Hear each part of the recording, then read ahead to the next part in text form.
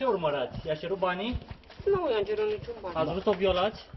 Da, dar nu, eu nu pot să violez pe nimeni că nu mi se scoală. Asta e problema?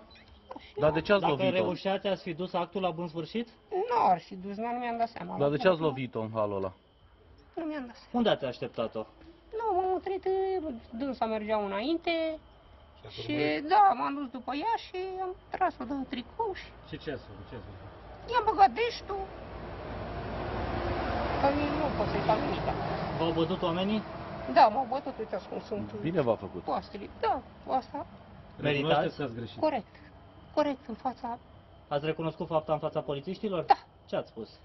totul cum s-a întâmplat și asta. Povestiți-și și nouă. Cât a stat acolo? Cât ați așteptat-o? N-am așteptat-o, că ea veneau de la servici. Am înțeles fata și eu mergeam în urma ei.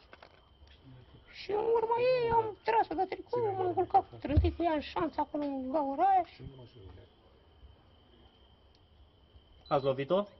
Da, eu spune că am lovit dar eu știu că am căzut amândoi grămadă în șanțul ăla, cât erau șanțul ăla de adânc acolo, am venit grămadă unul peste celălalt. V-a rugat să o lăsați în pace? Da, mi-au zis că sunt domnișoară și N-ați lăsat-o în pace?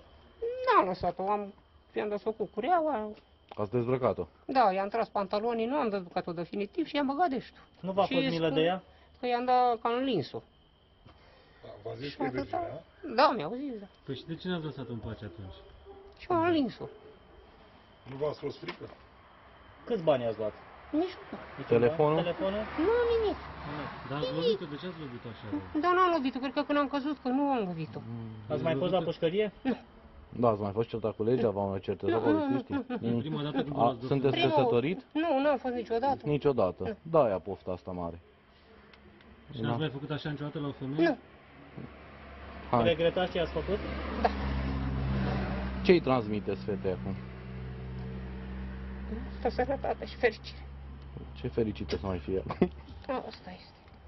Cum vă numiți?